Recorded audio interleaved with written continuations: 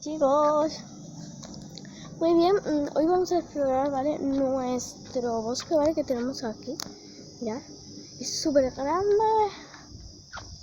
pues sí, muy bien, y lo vamos a explorar, ¿vale? A mí me da mucho miedo este bosque, ¿vale?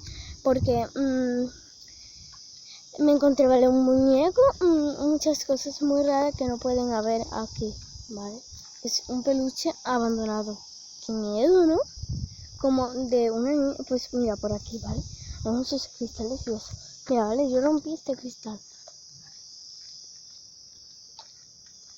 A ver si se encuentra. Ay, pues no hay, ¿vale?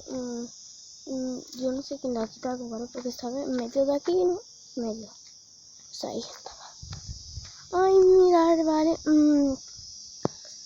Muy bien, pues vamos a explorar y ya está. Yo, ¿vale? ¿Vosotros habéis probado un higo? Porque yo sí. A mí me encantan los higos.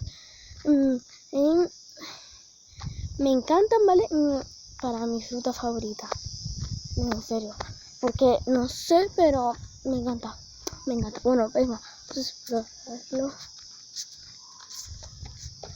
Vale. A ver. Esto, ¿vale? Yo antes de pequeña creía que esto era un higo, ¿vale? No es un higo, son aceitunas, pero no están hechas. Vale, aquí hay, ¿vale? Un caminito para allá y yo no sé para qué va, para dónde va. Vale, yo este bosque no lo conozco muy bien. Muy bien. Es que, ¿vale? En este pueblo pues hay muchas gallinas. Bueno, porque yo vivo en un pueblo y pues hay muchas gallinas. Mira, escucha. ¿Escucháis? Ay, mira, una pelota.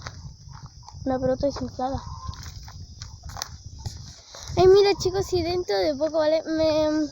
Me cortaré el pelo y lo haré, pues, haciendo TikTok. Ah, sí, y que no se le olvide escribirme en mi TikTok. No los olvidéis seguirme. TikTok, en Instagram y en YouTube. Suscribiros aquí, seguirme. Ya voy.